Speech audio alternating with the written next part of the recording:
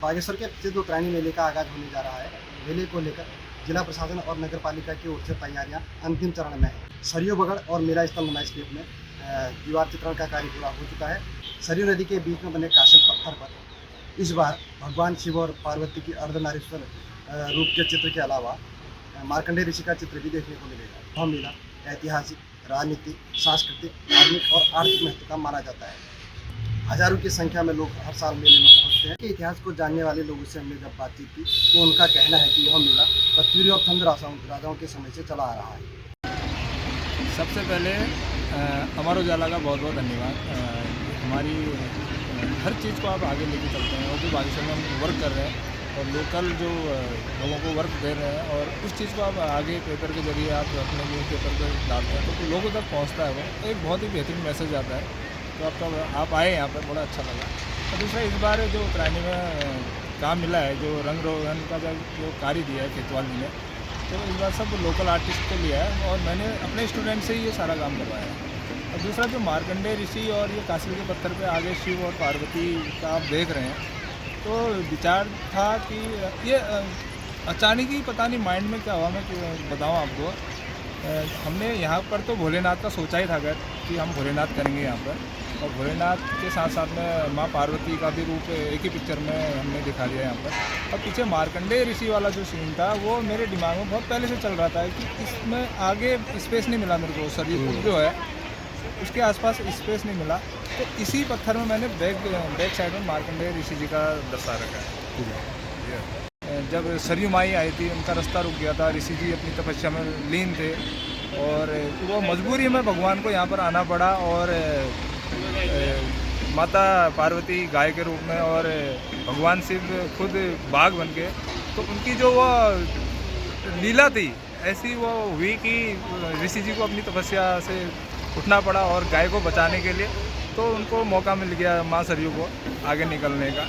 इस चीज़ को हमने तीनों चीज़ों को एक ही पत्थर में दर्शा दिया कि जो भी दर्शक आएंगे वो एक ही जगह उनको ये सीन दिख जाएगा। मतलब इस संगम का जो महत्व था वो महत्व तब मौजूद था, तभी यहाँ पर उसका निर्माण हुआ है मंदिर का। और संगम का महत्व क्या था? मकर संक्रांति। मकर संक्रांति वैदिक व्यवस्था है, तो 7वीं शताब्दी में यहाँ पर मेला होता होगा, तभी यहाँ पर कत्यूरी शासनकाल में शिव जी का मंदिर बनाया। हाँ, इसका पुनर्निर्माण लक्ष्मीचंद ने 16वीं शताब्दी कह सकते हैं, 15वीं या 16वीं कहिया में इसको करवाया है। हाँ, अब रहा सवाल मंदिर और मेले का सवाल, तो चंद्रवंशी शासनकाल में जब ये मंदिर बना है और लंबे समय तक इसका निर्माण हुआ है, तो यहाँ पर चहल पहल बड़ी दूसरे प्रकार से रही होगी। नाचना भी होता होगा, गाना भी होता होगा, खाना भी होता होगा। तो ये जो आपका झोड़े, चाचरी, भगनौल इत्यादि है, उसकी शुरुआत आप कह सकते हैं 16वीं शताब्दी से हो गई होगी, जो अब ख़त्म हो चुकी है। और ये है इसका सांस्कृतिक। जहाँ तक रहा नहाने का सवाल, तो वो तो ज्योतिष गणनाओं में जो तारीख आपकी मिल गई, साहब मकर संक्रांति इस बार फलानी पैट को फलानी तिथि को है, उसी तिथि को ब्रह्म मुहूर्त से स्नान हुआ और दिन भर। अब कहीं दूर से जो लोग आते थे वो रात को यहाँ अगर रुकते थे तो उसमें भगनौल, झाचरी, झोड़ा इत्यादि स्टे हो जाता था, क्योंकि वो दूर से आए हैं और उनको रात काटनी थी। दूसरे दिन नहाए, भगवान के दर्शन किए, अपने अपने घरों को गए। जब भीड़ एक जगह इकट्ठी होती है तो निश्चित रूप से कुछ व्यापारी भी वहाँ इकट्ठे होते हैं। लेकिन बागेश्वर में जो उत्तरायणी का मेला एक बाज़ार बन गया, वो एक अंतर्राष्ट्रीय बाज़ार बना, क्योंकि अभी जिसको आप तिब्बत कहते हैं, भारत तिब्बत व्यापार आपने सुना है, तो पहला जो चीन का युद्ध हुआ उससे पहले अगर हम जाते हैं तो यहाँ कोई सीमा रेखा नहीं थी। व्यवसायियों के लिए कोई ऐसी रेखा नहीं थी जहाँ पर आपको वीज़ा दिखाना है, यहाँ पासपोर्ट दिखाना है। ये एक खुली रेखा थी जो अफ़गानिस्तान तक चली जाती थी, तिब्बत तक चली जाती थी।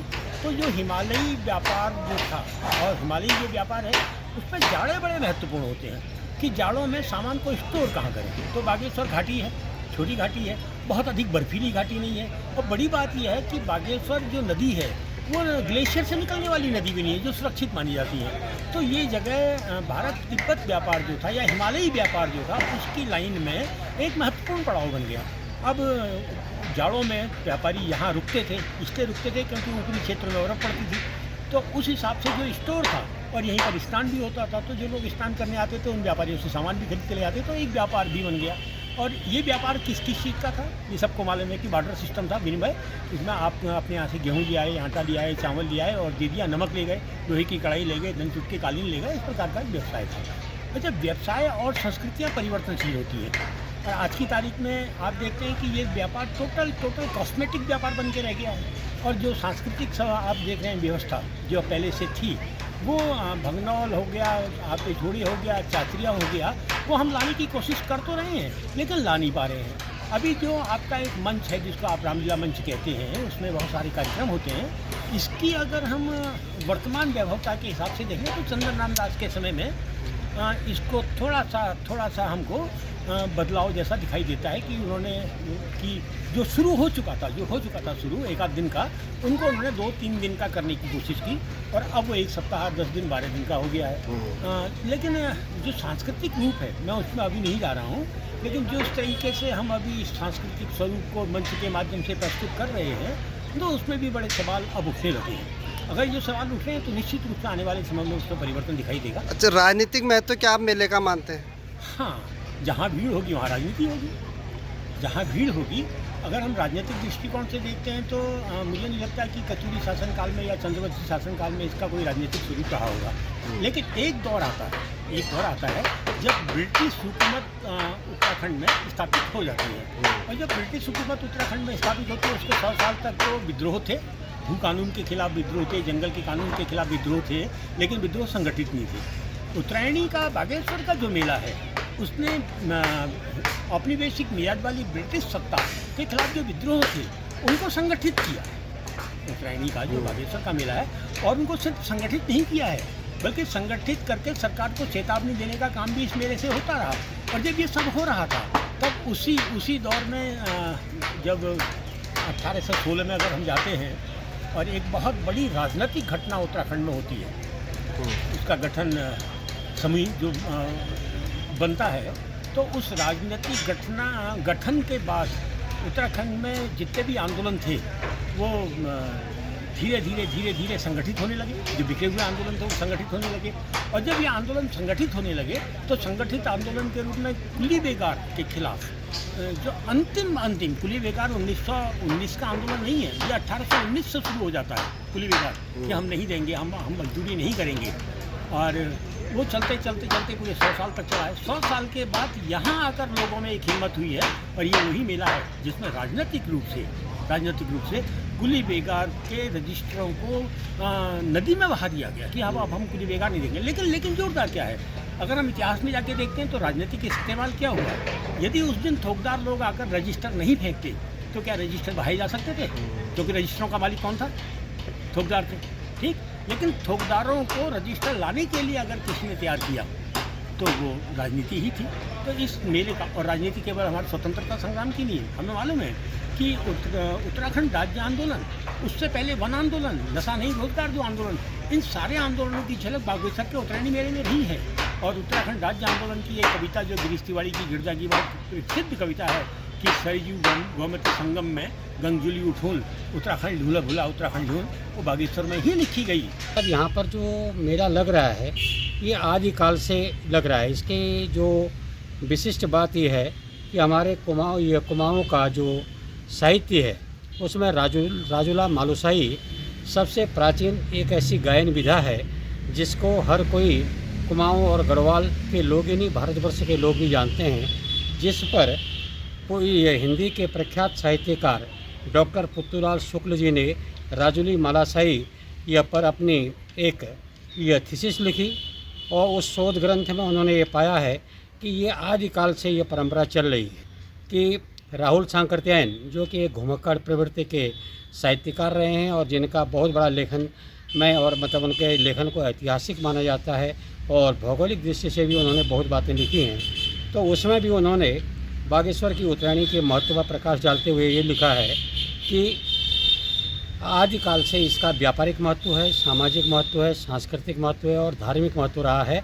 यहाँ तक कि आज़ादी की लड़ाई में इसका राजनीतिक महत्व भी बहुत बड़ा रहा है। अब आप लगाइए, राहुल सांकृत्यायन ने अपने जो घुमक्कड़ी में ये लिखा हुआ है कि बागेश्वर का जो ये मेला था, उत्तरायणी का मेला, इसमें तिब्बत, नेपाल और या चीन के व्यापारी तो आते ही थे।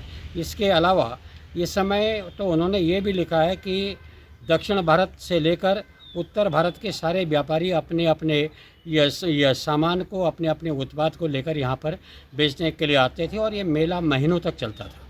इसके बाद अब आपको एक चीज़ ये बता दें कि इसको ये प्रामाणिकता इसलिए भी है क्योंकि जब उत्तराखंड के पाल वंश के रजवार साहब ने जब अपने यहाँ जौलजीबी का मेला प्रारंभ किया तो उसके बाद जौलजीबी के बाद ये मेला फिर उसके बाद हमारा ये बागेश्वर का मेला होता है। तो उसमें 1 महीने तक के व्यापार जो भोट के लोग और आते थे और जो विशेषकर तिब्बत के और लामा लोग जो आते थे वो 1 महीने तक लगातार गांव-गांव में जाकर अपने माल का विक्रय करते थे और जगह जगह पर अपने ये बकरियों को, अपने घोड़ों को, अपने झप्पुओं को और जाकर उनका एक लश्कर लगाते थे। तो उससे 1 महीने बाद तक यहाँ पर मेला उत्तरायणी में भी चलता था। अब जहाँ तक राजनीतिक बात है, आप सभी जानते हैं कि कुली बेगार की समाप्ति बागेश्वर में ही की गई और जब कुली बेगार के रजिस्टर उस सन 1921 में यहाँ सरयू नदी पर ये बहाए गए तो उसके बाद के जो कांग्रेस का अधिवेशन हुआ था उसमें गांधी जी ने इस बात को कहा था कि ये असली स्वराज्य का संदेश आना शुरू हो गया है। अब ये दिन दूर नहीं जबकि यह जिस प्रकार कुली बेगार के रजिस्टर बहाए गए हैं इसी प्रकार हमारे देश के अंग्रेज भी एक बार जाएंगे और हमारा स्वतंत्र राज्य बनेगा। तब गांधी जी यहाँ पर 1929 में बागेश्वर आए। तो इसलिए इसका बहुत बड़ा महत्व है। और आप देखिए कि ये प्रसिद्ध साहित्यकार कुमाऊनी के गौरदा ने तो बागेश्वर की उत्तरायणी पर बहुत बड़े लेख अपनी कविताएं लिखी हैं जो कि इसकी ऐतिहासिक प्रामाणिकता को प्रदर्शित करते हैं। आज भी ये मेला देखिए, इसमें बड़े बड़े राजनेता इसमें आते जाते रहे हैं। कालांतर में इसमें यह वीर बहादुर सिंह जो मुख्यमंत्री थे उत्तर प्रदेश के वो यहाँ पर आए और उसके अलावा यहाँ पर विश्वनाथ प्रताप सिंह यहाँ पर पहुँचे और इसके बाद हमारे उत्तराखंड राज्य बनने के बाद तो हर बार कोई ना कोई मुख्यमंत्री यहाँ आते ही रहते हैं। अगर आप ये वीडियो YouTube पर देख रहे हैं तो हमारे चैनल को सब्सक्राइब कर बेल आइकन दबाएं और Facebook पर देख रहे हैं तो हमारे पेज को लाइक करें।